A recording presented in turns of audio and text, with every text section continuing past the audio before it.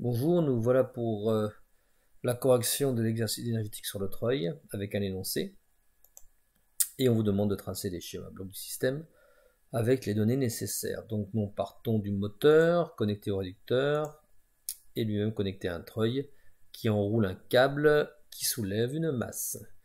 Vu de côté du treuil, on voit que le treuil est cylindrique et on voit la masse et le câble s'enrouler autour de ce treuil. Les données sont les suivantes: puissance en sortie moteur PM associée au couple et à la fréquence de rotation, puissance en sortie du réducteur, et enfin le diamètre de la poulie.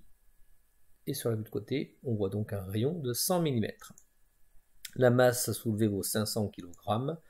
La masse remonte avec une vitesse de 0,4 m par seconde. Le rendement du réducteur vaut 0,8. On vous fournit ici oméga moteur dans l'énoncé, 160 radians par seconde. Affiché ici, on va donc pouvoir calculer la réduction donnée par le réducteur de vitesse.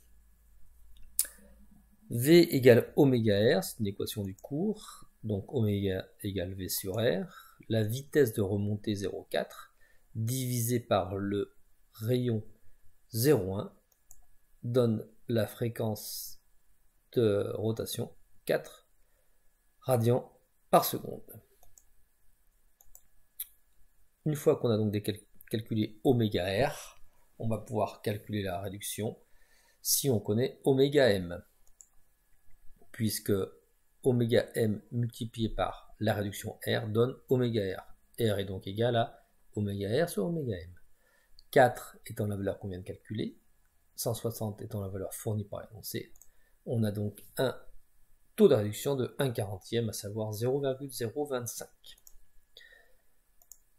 La puissance utile du treuil, PU que je viens d'afficher ici, si on néglige l'énergie perdue dans la déformation du câble qui s'enroule autour de la poulie, alors la puissance utile du treuil est égale à la puissance fournie par le réducteur PR.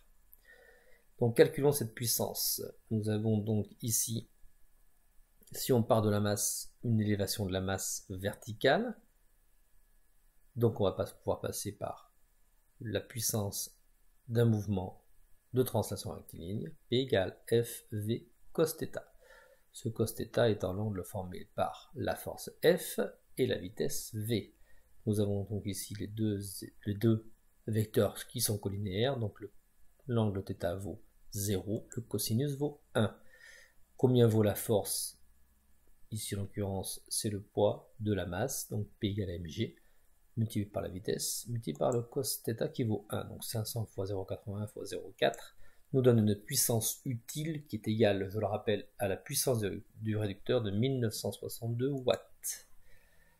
Maintenant qu'on a la puissance du treuil, on peut aussi la calculer d'une autre manière, par le calcul du couple. Si on prend la vue de côté, on voit que la masse est soulevée par l'enroulement du câble, donc on peut calculer le couple à appliquer sur la poulie pour pouvoir soulever cette masse. La masse, je vous le rappelle, on peut traduire en newton son poids avec P égale mg. Méthode du bras de levier, on voit bien ici que le câble est bien perpendiculaire au rayon. Donc le couple, c'est la force mg multiplié par le rayon R. Si on fait le calcul, on trouve un couple CR nécessaire à l'enroulement du câble à fournir par le réducteur de 490,5 Nm. Et bien, puisque le solide maintenant est en rotation, puisqu'on parle du couple, P égale C oméga. La puissance donc est égale à 480,5 multiplié par 4, 4 étant la fréquence de rotation en sortie du réducteur. Donc une puissance utile de 1962 watts, comme nous avons déjà pu le calculer.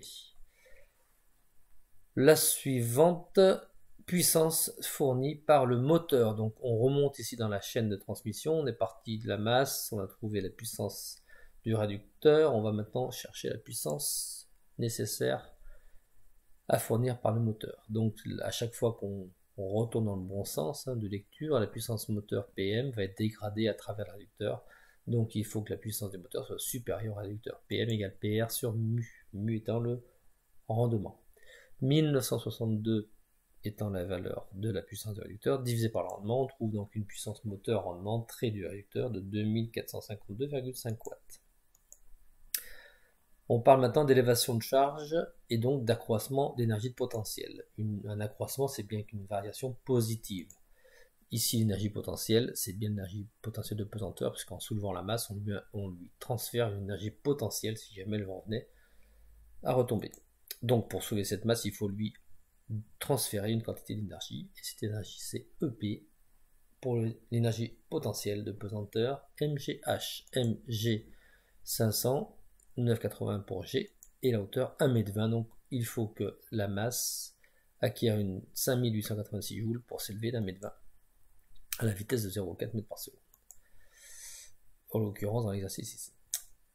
Si c'est pas cette vitesse, c'est pas grave, c'est la vitesse va être liée à la puissance, mais l'énergie potentielle, c'est bien ce qu'il va falloir qu'elle acquiert pour pouvoir s'élever.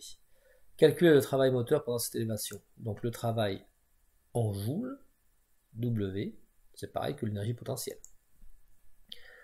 Si on applique une réduction, non pas une réduction, mais un rendement au travail moteur, on va trouver le travail réducteur.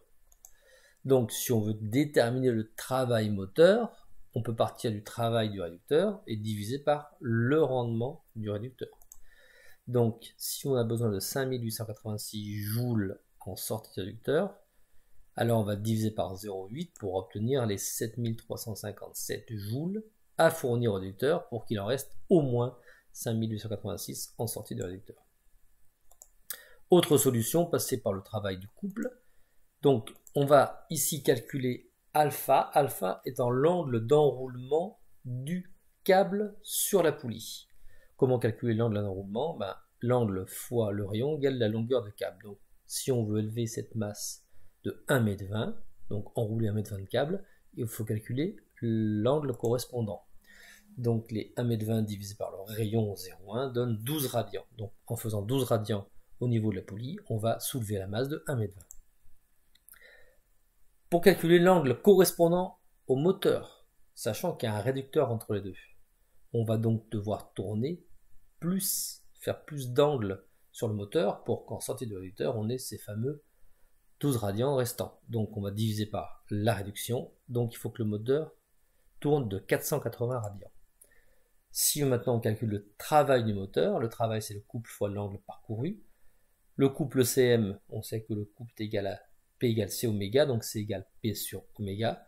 Donc couple moteur, c'est puissance moteur sur oméga moteur, multiplié par l'angle, ça nous donne bien les 7357,5 joules, déterminés d'une façon différente juste avant. Merci de votre attention, à une prochaine fois.